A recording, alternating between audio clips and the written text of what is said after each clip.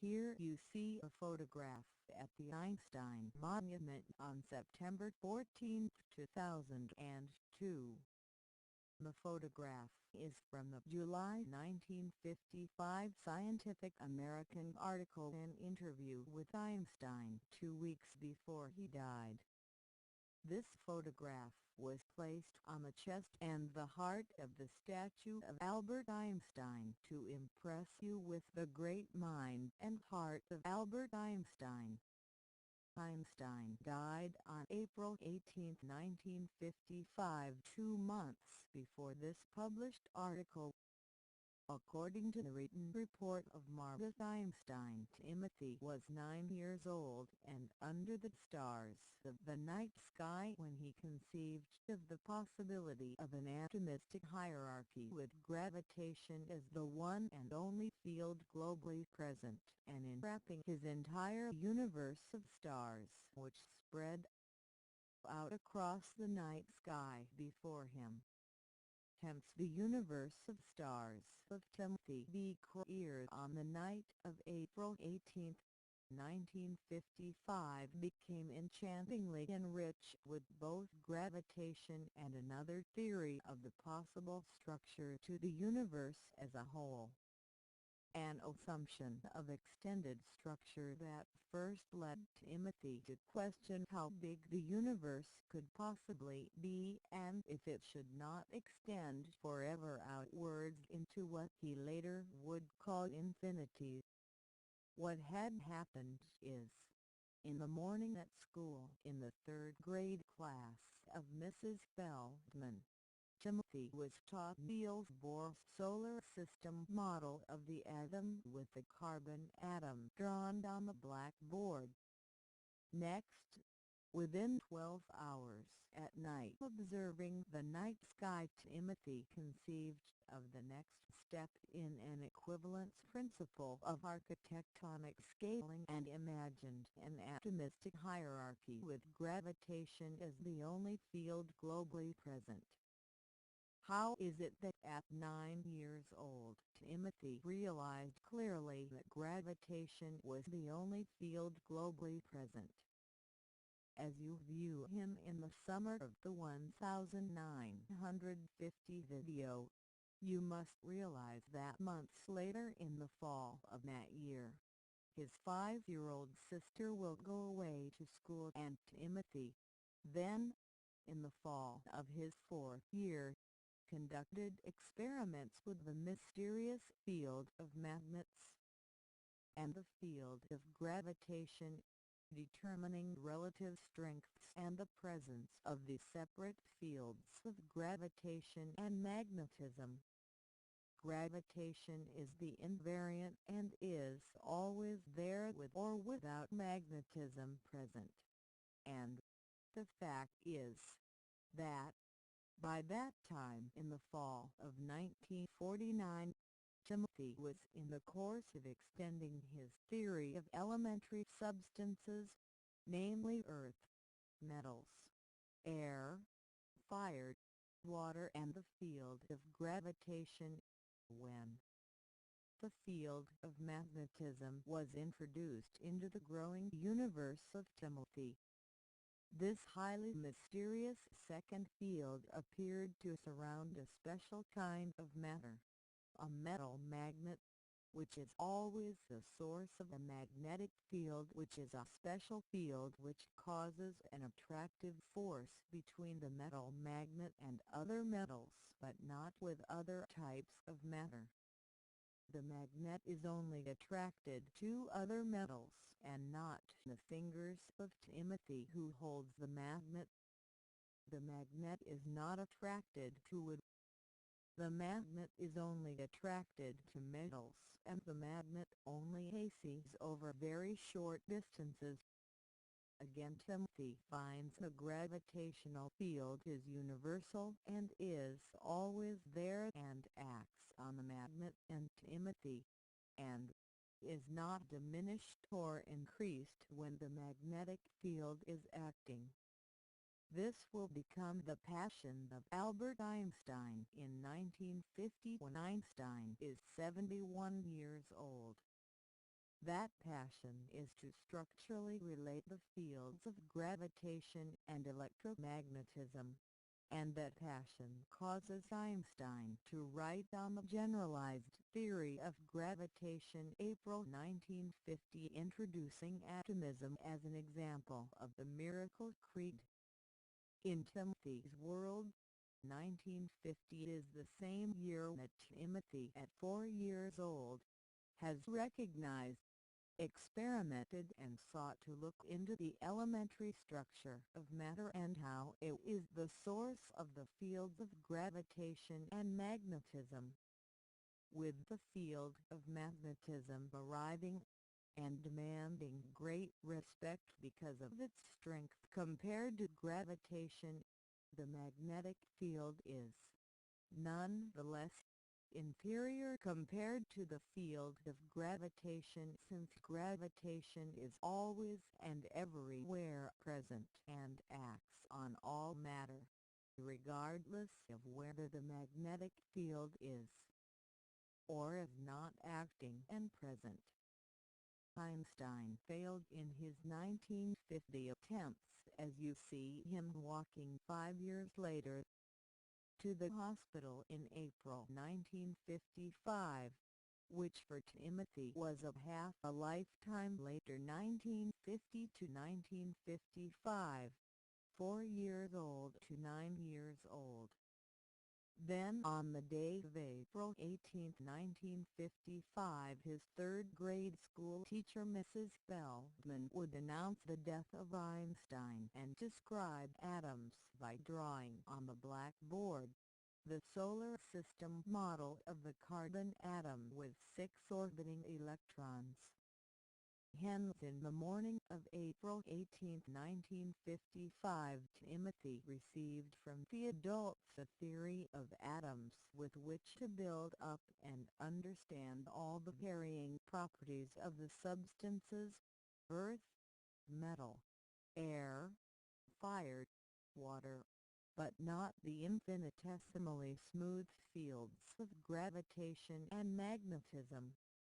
At this time the vision of unifying phenomena brought by atoms caused in the brain of Timothy his first brain wave search, which is a rising resonance of brain waves emanating from the amygdala core. Timothy later, and at his request, produced on EEG a partial brain wave resonance which stunned the doctors at University of Iowa hospitals in November 1984. In any case, returning to the date of April 18, 1955, on April 18, 1955, in a stroke of natural creation 12 hours later, 12 hours after his first brain wave resonance in school, Timothy, a 9-year-old child, had a theory of the atomistic hierarchy, with gravitation as the one and only field globally present throughout and dynamically enwrapping the structure of the universe as a whole, which then was made of atoms and hierarchies of atoms that made up the stars spread out in the night sky before him. Hundreds of millions to billions of children have conceived of the first part, the architecture of an atomistic hierarchy. However, they do not realize the import of the presence of gravitation globally enwrapping and very dynamically acting.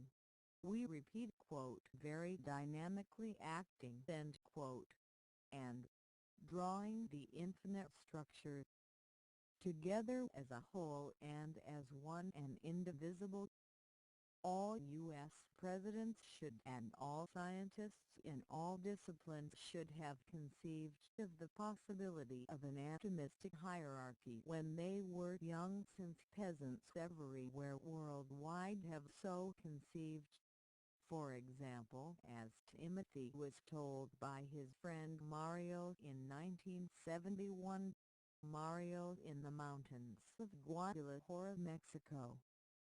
in 1950s so conceived of an atomistic hierarchy immediately upon learning of atoms. Hence the American presidents, the self-proclaimed unifiers of the world as one and indivisible according to their greedy Americana vision, are little more than as Mario of Mexico and the children of the world. In effect, if each of the American presidents and especially physicist Jimmy Carter did not conceive of an atomistic hierarchy as children, they are not fit to lead. There are 535 members of the U.S. Congress. What do they claim that they ever did, or what is their God-given vision for the world? Each of these 535 should have conceived of an atomistic hierarchy as children, as did a peasant of Mexico. Each should describe their childhood prodigy experiences on paper, or before their goddamn Washington, D.C. press. Let the U.S. President Barack Obama do the same. Each of these swine-hunt congressmen are censurers of the God-given birthright of the children of the world. If there is a God and Allah, then the facts exhibit that these 523 men and women and 5 U.S. presidents are godless.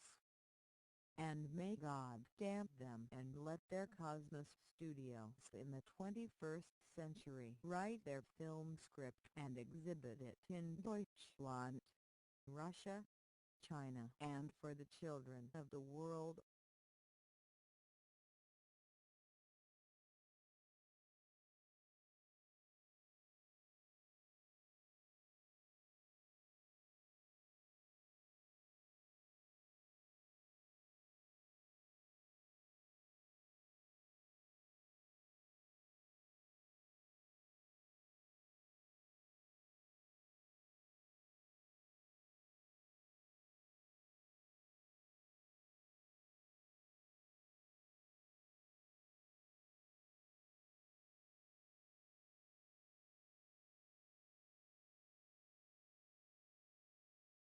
Reality check for the American Fox News. Facts. The first page of the 1976 polemic in defense of a physical theory known as the dimensional structure begins with a description of the theory as described in Heidelberg, Germany in September 1973, to wit: the galactic dimensional particle metaphysics Einschloss in Einstein's theory. The perspicacious question arises concerning the 2 DVDs and international film proposed here. The question is, how do those young Heidelberg University students 42 years ago, so enthusiastic over the theory of hierarchical cosmology and gravitation, now think and feel about their theory, the theory of children, which was censored 42 years ago and to this day, June 28, 2015, with intent to censor for another 20 years. The fact is that not only those in 1973 at Heidelberg were censored, but also censored were their parents, their children and grandchildren, and their great-grandchildren will continue to be censored in the future. Does that disturb the American culture? A culture that also censors its own? Fact. Timothy B. Crowell's grandmother was born Violet Gruber Jasinski in Heidelberg, Germany. Is that reality check sufficiently dramatic to suit the appetite of Bill O'Reilly?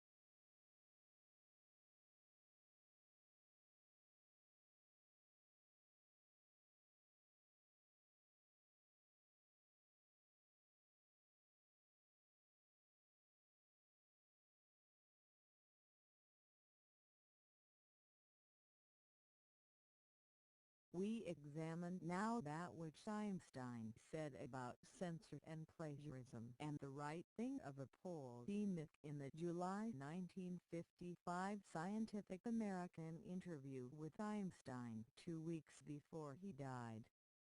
Historian of science Bernard Cohen states, Einstein was particularly interested in the various aspects of Newton's personality, and we discuss Newton's controversy with Hooke in the matter of priority in the inverse square law of gravitation. Hooke wanted only some mention in the preface to Newton's Principia, a little acknowledgement of his efforts, but Newton refused to make the gesture. End quote. The article goes on to quote Einstein, that, alas, is vanity. You find it in so many scientists. You know, it always hurt me to think that Galileo did not acknowledge the work of Kepler. End quote. About an international committee of inquiry into the matter of plagiarism over who invented the calculus, where Newton anonymously directed the committee's activities, historian Bernard Cohen describes Einstein as, quote, Einstein said that he was shocked by such conduct. He did not appear too much impressed when I asserted that it was the nature of the age to have violent controversies, that the standards of scientific behavior had changed greatly since Newton's day. Einstein felt that whatever the temper of the time, there is a quality of human dignity that should enable a man to rise above the passions of his age. End quote. On pages 69 and 70 Einstein addressed the writing of a polemic. Historian Bernard Cohen described the work of Benjamin Franklin and that Franklin was proud that he did not write a polemic. Historian Cohen describes Einstein's reply. Einstein only partly agreed. It was well to avoid personal fights, he said, but it was also important for a man to stand up for his own ideas. He should not simply let them go by default, as if he did not really believe in them. On the issue of censor, historian Bernard Cohen states, and we quote, Einstein was sorry that scientists in the U.S. had protested to publishers about the publication of such a book. He thought that bringing pressure to bear on a publisher to suppress a book was an evil thing to do.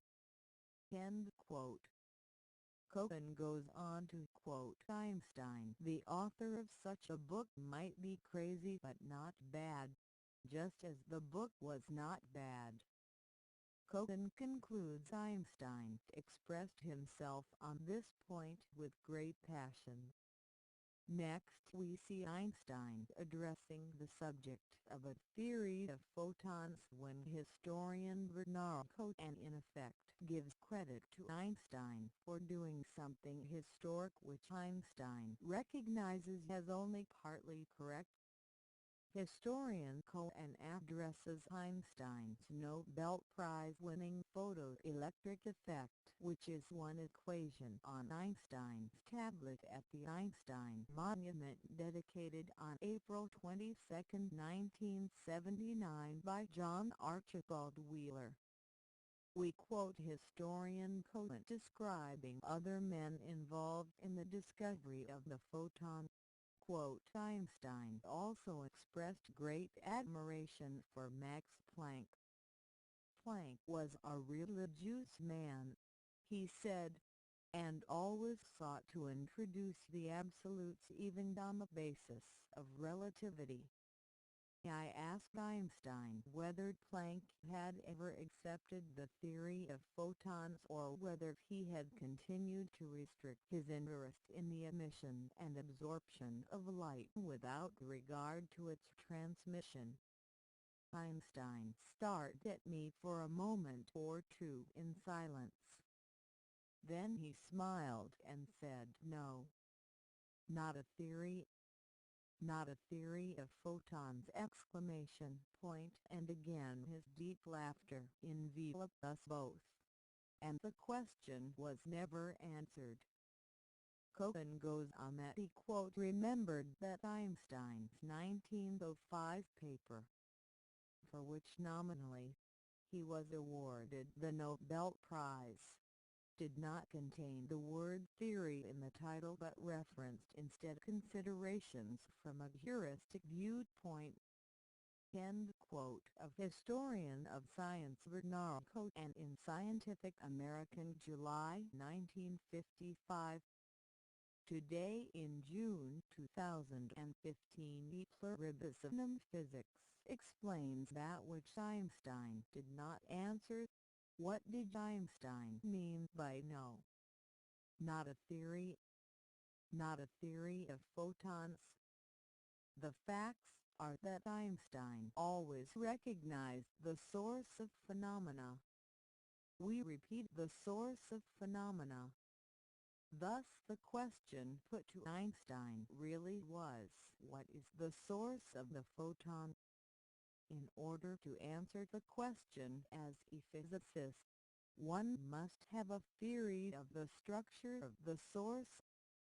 That sentence should conclude with 3 exclamations, since that is a question which children can understand and which Timothy asked in 1949 with his experiments with a magnet. By the time of this interview in April 1955, it was 50 years after he had proposed in 1950 at 26 years old the photoelectric effect, and he did not for 50 years understand the principal reason behind the existence of the photon and how it was structurally related to the structure of the source, namely the elementary particles, protons and electrons, from which photons are emitted. The world, including historian Cohen, had credited Einstein for knowing everything even after Einstein said clearly that he did not know everything, in particular the structure of elementary matter and radiation, which were exactly the interests of Timothy in 1949 with his grandfather in the park and being blinded by the sun, and with his magnet trying to look inward into the elementary structure of matter, the source of the fields of gravitation and magnetism. Hence the question more exactly put to Einstein by historian Cohen was, what about the structure of the elementary particle or the source of the continuous fields and the photon?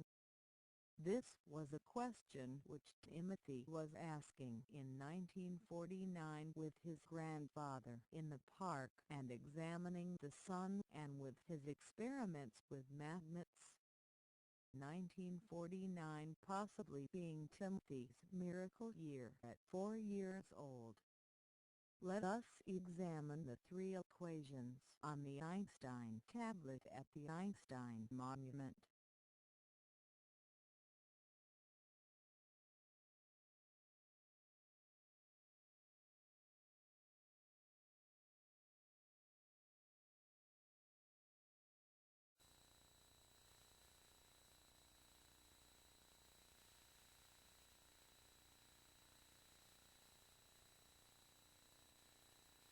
Equation 1 is the Einstein equation of the gravitational field surrounding any and every mass particle in the universe. Notice we use the word surrounding just as Einstein does in his classic book The Evolution of Physics, 1936, and 1960 in the section Field and Matter, which is easily read aloud and understood in 6th grade or before. Einstein does not say that the gravitational field emanates from the mass source, be it a planet or a star, since if Einstein had said emanates, That would imply that he understood the elementary structure of the source and how it generated the gravitational field which diverges from the mass source's surface. Is the improvement by Einstein on Newton's gravitational field structure a substantial advancement in understanding and enriching the structure of the gravitational field? The answer is yes, yes, yes, yes, and yes. How much of an improvement? Answer: Cornelia Frank Zolz in his classic The Einstein Decade accurately describes Einstein's gravitational field as a tenfold advance over the 1 over r squared field of Newton.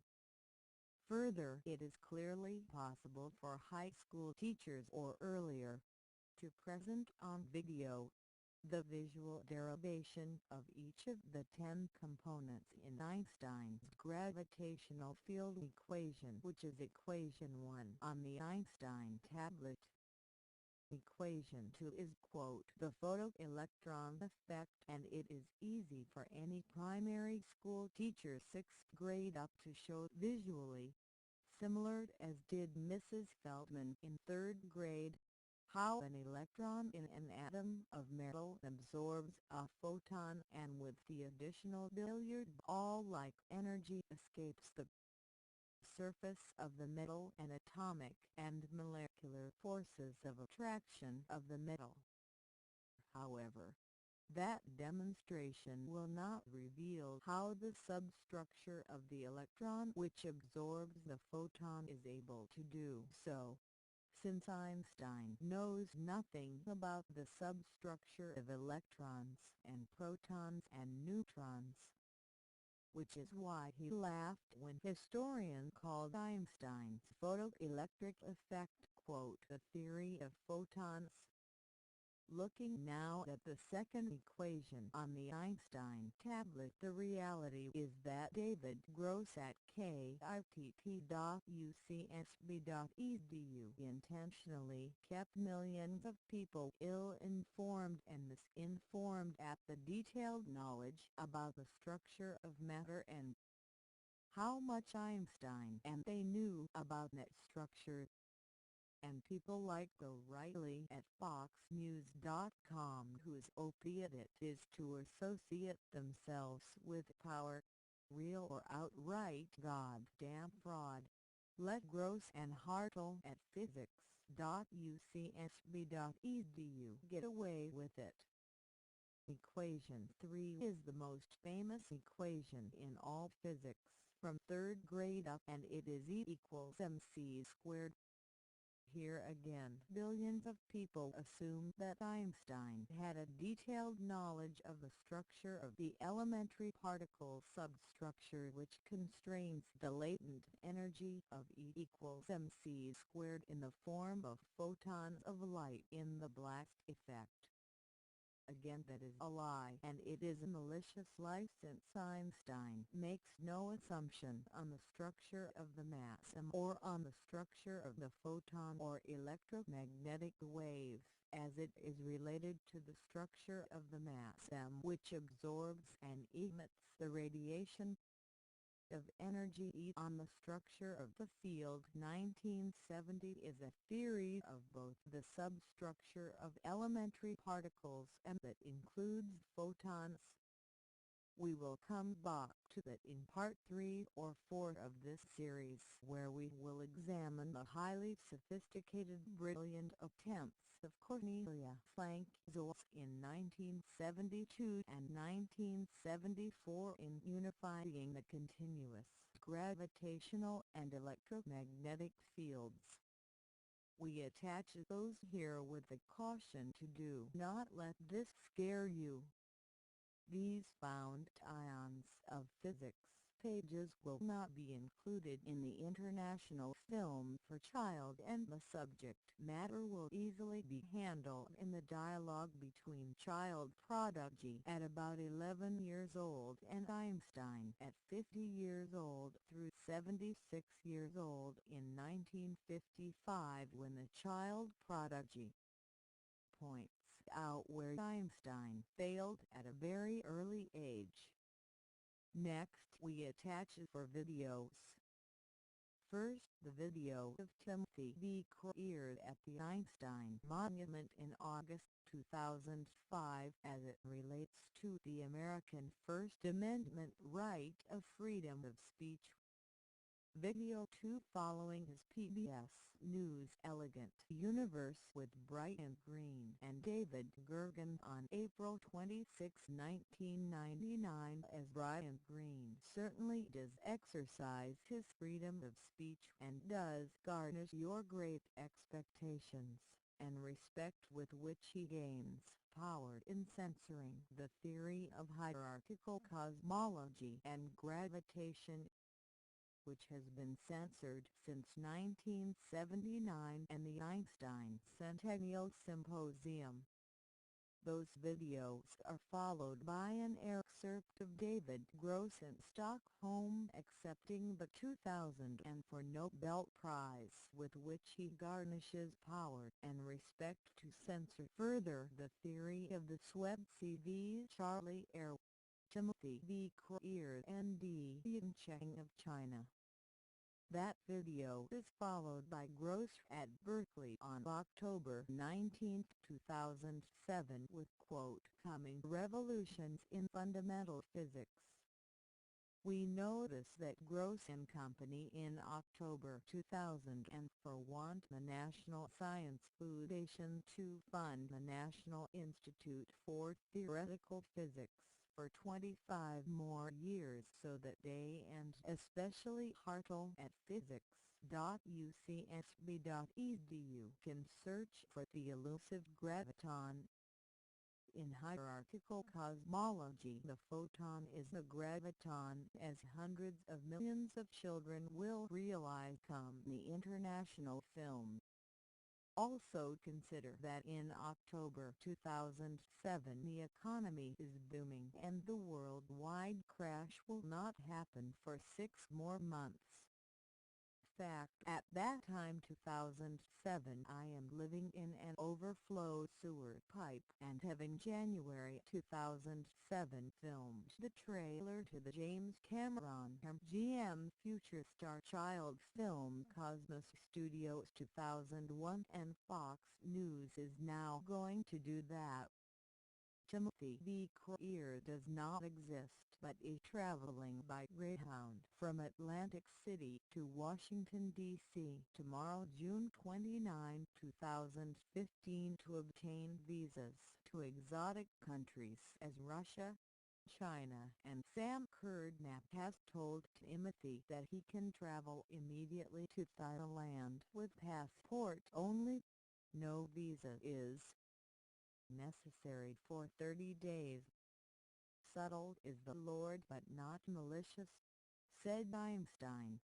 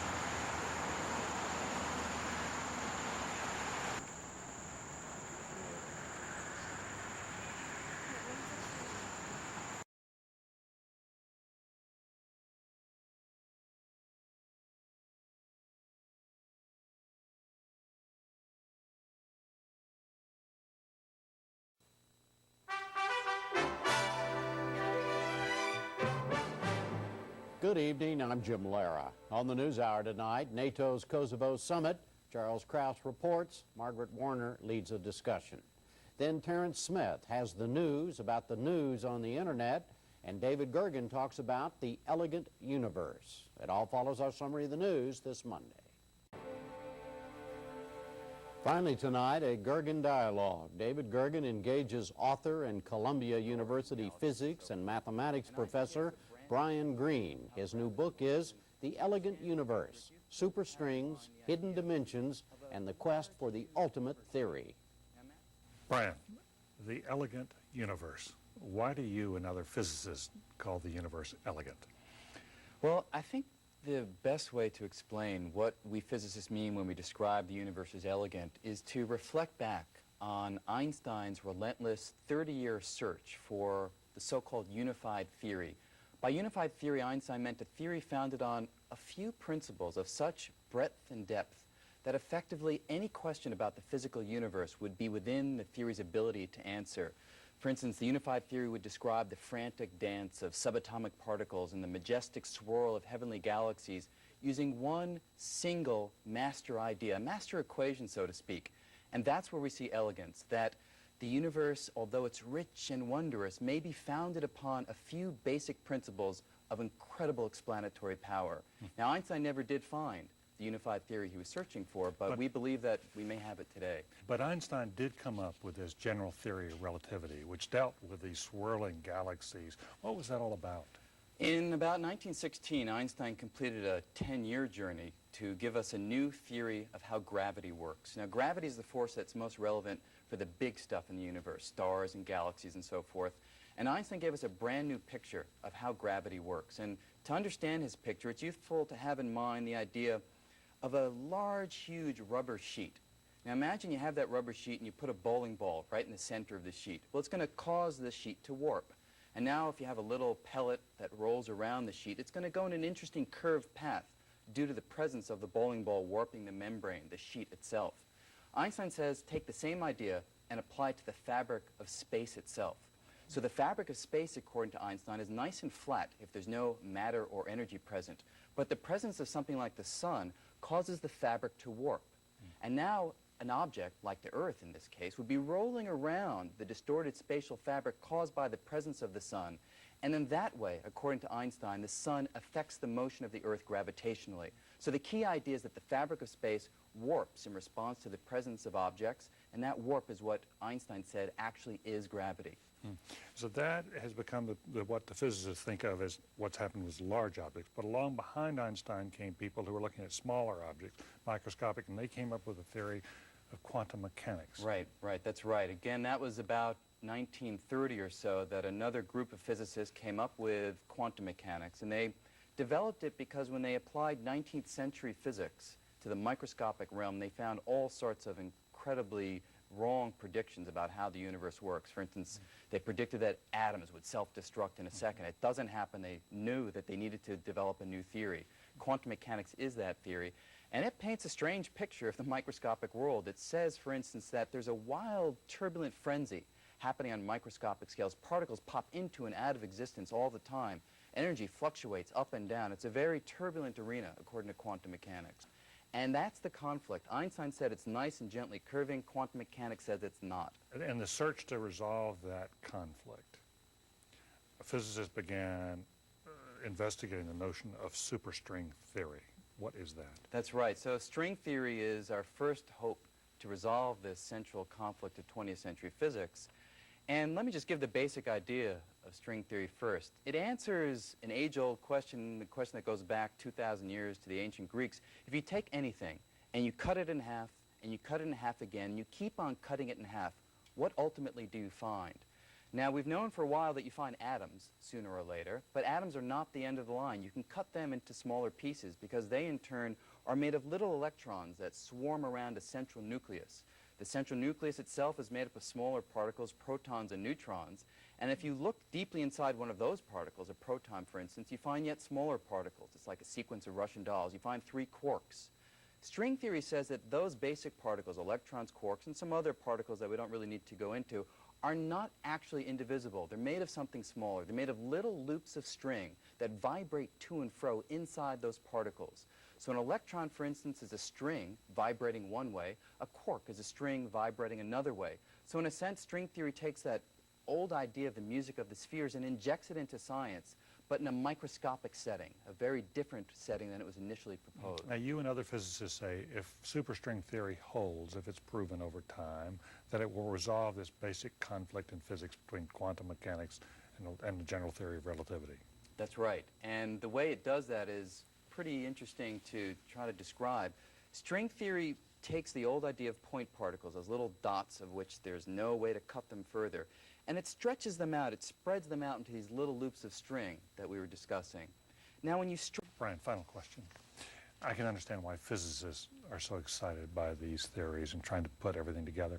Why should others, the layman, if you will, what should we conclude in thinking about this?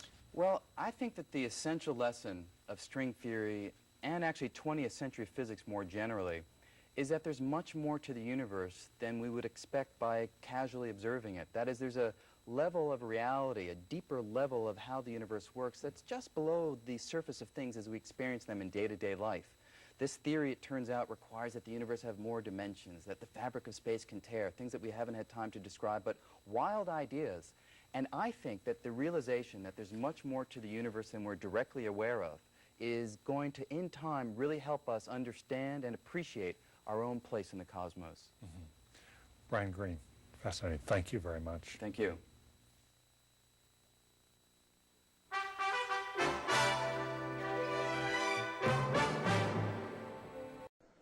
As knowledge increases, could the pace of scientific discovery slow as more and more problems are solved? Fortunately, nature is as generous with its problems as Nobel was with his fortune. The more we know, the more aware we are of what we know not. Indeed, the most important product of knowledge is ignorance. The questions we ask today are more profound and more interesting than those asked years ago when I was a student. Many of those we have answered. But back then, we did not possess enough knowledge to be intelligently ignorant and to ask the wonderful questions we ask today. Some wonder whether someday we will arrive at a theory of everything and run out of new problems to solve, much as the effort to explore the Earth ran out of new continents to explore. While this is conceivably possible, I am happy to report that there is no evidence that we are running out of our most important resource, ignorance. How lucky for science, how lucky for scientists, and how lucky for the Nobel Foundation. Thank you.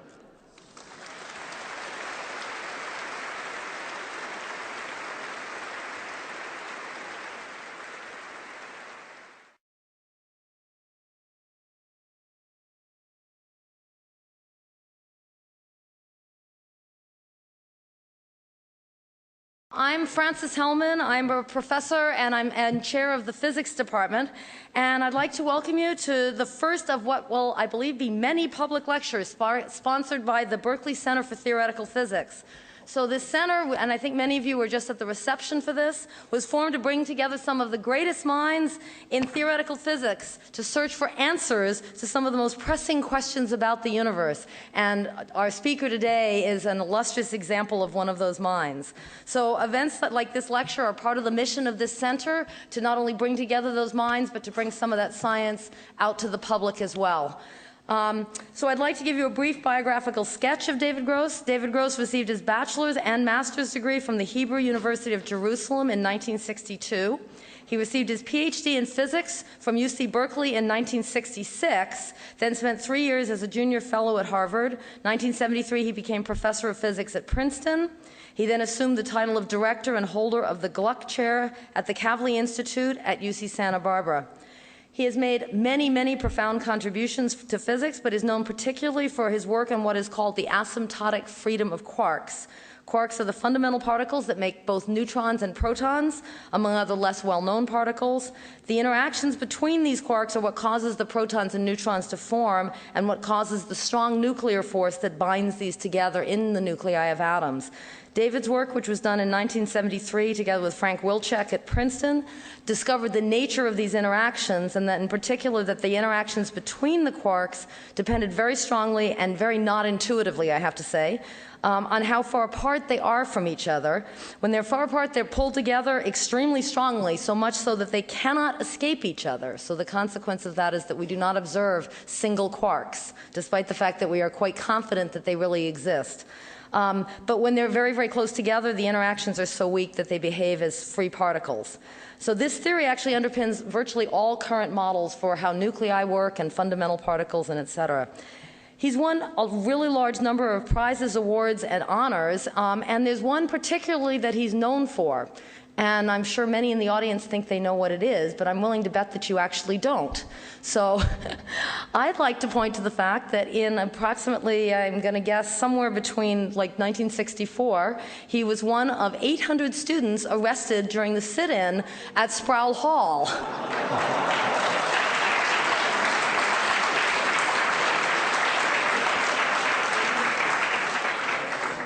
So we're very, very proud of all of our Berkeley students and very proud of their long and illustrious history. Incidentally, he also won the Nobel Prize in Physics.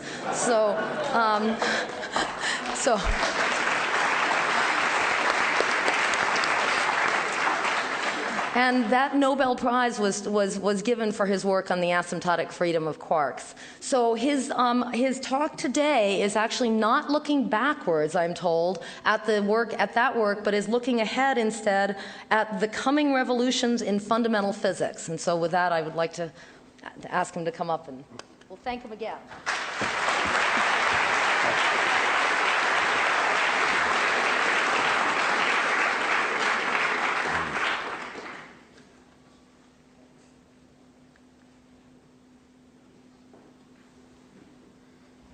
Can you see this?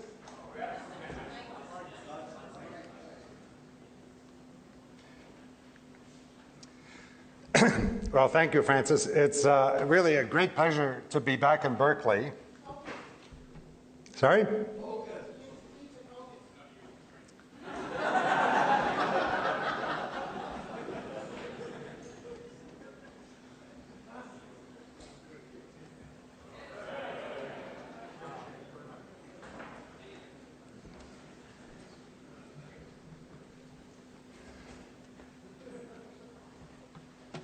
Anyway, it's really a great pleasure to be back in Berkeley, where my real life in physics began 45 years ago when I arrived as a young graduate student. Berkeley at that time was incredibly exciting. It was the center of particle physics, the highest energy laboratory was at that time still at Berkeley, and theoretical particle physics was enormously exciting. As Francis remarked, Berkeley was exciting in many ways at that time, but for me, most of all in physics. It's a delight to be back here. Some of my thesis advisor, my teachers, Professors Chu and Mandelstam were in the audience.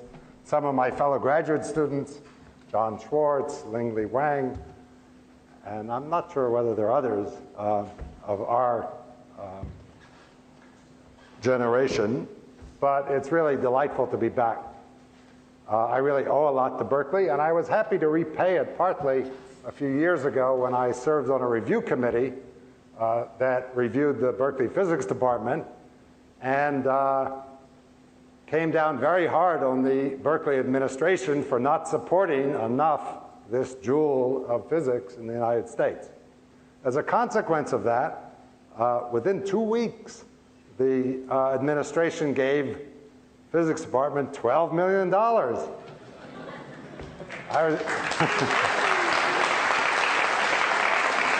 Which they've used to create this incredible center that we all saw, or some of us saw this afternoon, which will help continue the great tradition that Berkeley has played in American science, and especially in theoretical physics. So I did my part in getting the 12 million. They still need a lot more, it seems. And you know, I appeal to those of you who have the means to contribute as well to the success of the Berkeley Physics Department and the Center for Theoretical Physics. So I'm going to talk today about the coming revolutions in fundamental physics, and I'm going to briefly discuss the state of particle physics and the discoveries that we expect are around the corner when the Large Hadron Collider, a large particle accelerator, is completed next year at CERN in Geneva. But mostly I'm going to be talking about string theory, which I'm sure you all have heard of. This crazy idea that things are made out of strings. You know, I'm a collector of popular opinion about string theory, especially cartoons. And years ago, in about 1987, I really was happy to see that the New York Times regarded string theory as something very difficult, but you know, interesting and clearly very important. This couple, she's saying, it's all string theory to me. I was happy that string theory had replaced Greek. But recently, string theory is, you know, because of some rather silly books, has gotten a different reputation. And the same New Yorker magazine had this cartoon in 2007, Harvey's Place. There is a discussion on string theory. This depressed me quite a bit until a friend of mine sent me this advertisement that he found in the New York Times magazine for lingerie. String theory. When physics gets physical. Restored my confidence in the American media.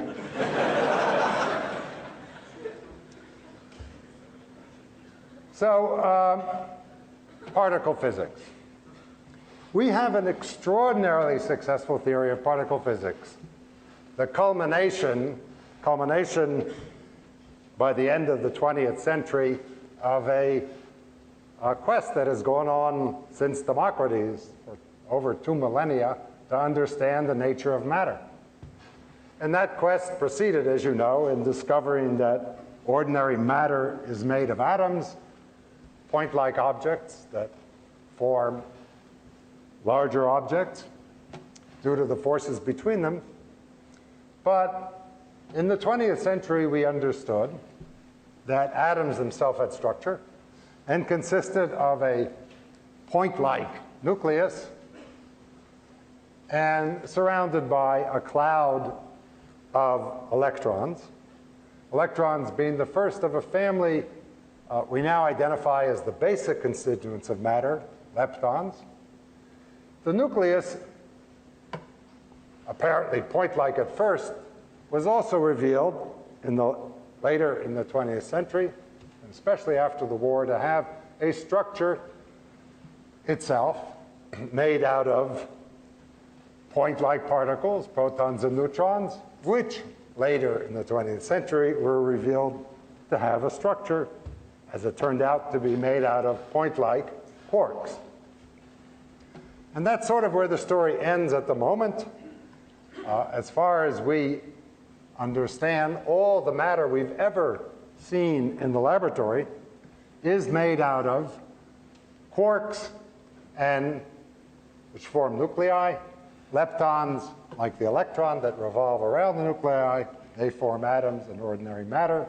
We've discovered different types of quarks, in fact, and leptons, 3 families of quarks and 3 families of leptons, the electron and the elusive neutrino.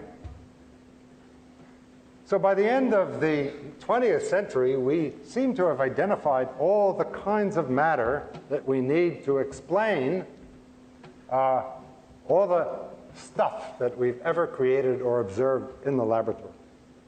And we explain it in terms of understanding the forces that act on these basic elementary atomic constituents. The forces are, of course, the force of electricity and magnetism, which holds the electrons in orbits around the nucleus, and the 2 nuclear forces that act at very short distances within nuclei and within nucleons.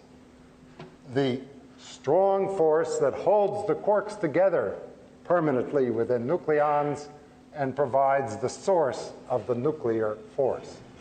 It's a strong, much stronger force than the electromagnetic force, which is why hydrogen bombs are much more powerful than TNT.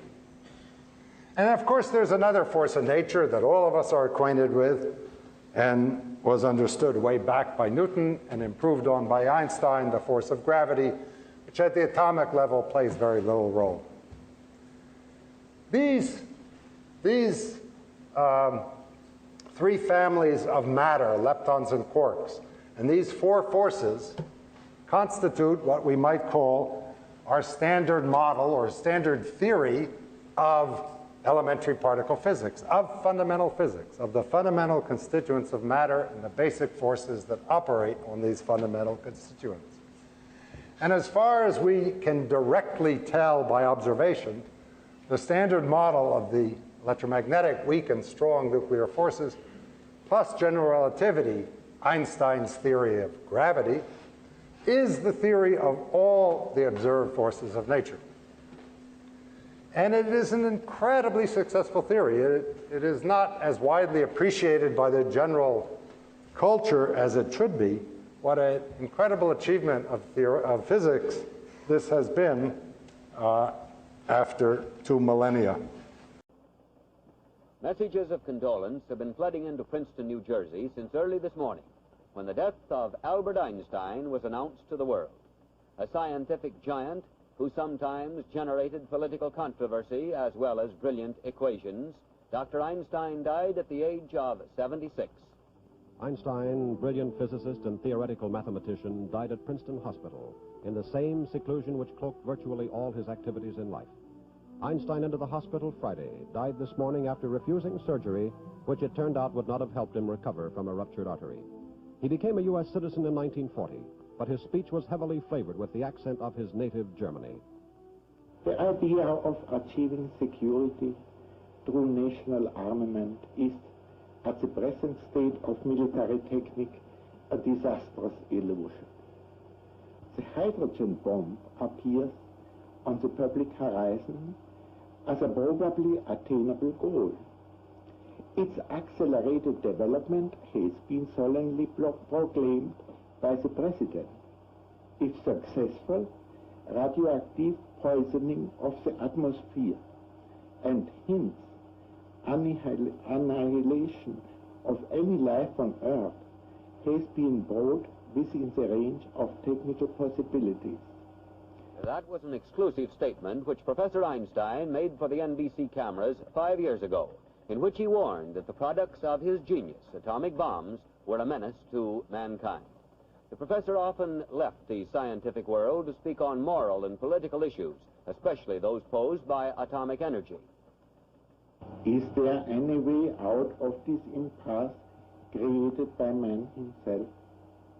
All of us, and particularly those who are responsible for the attitude of the US and the USSR, should realize that we may have vanquished an external enemy, but have been incapable of getting rid of the mentality created by war. It is impossible to achieve peace as long as every single action is taken with a possible future conflict in view. This is the formula which summarized Einstein's theory of relativity, a theory which gained him a Nobel Prize.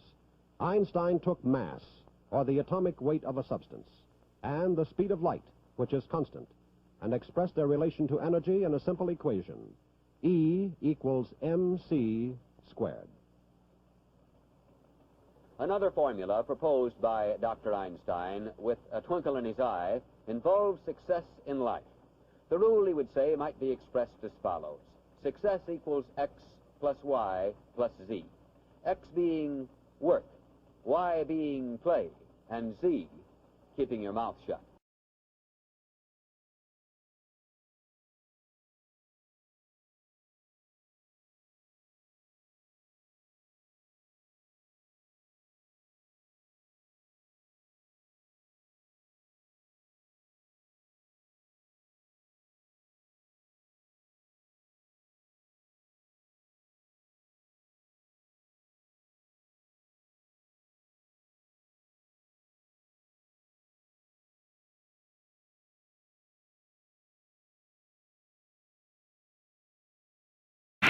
You have a grandstand seat here to one of the most momentous events in the history of science. In less than a minute, you will see the most powerful explosion ever witnessed by human eyes. The blast will come out of the horizon just about there.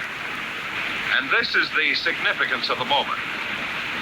This is the first full-scale test of a hydrogen device. If the reaction goes, we're in the thermonuclear era. For the sake of all of us, and for the sake of our country, I know that you join me in wishing this expedition well. It is now 30 seconds to zero time. Put on goggles or turn away. Do not remove goggles or face first until 10 seconds after the first light.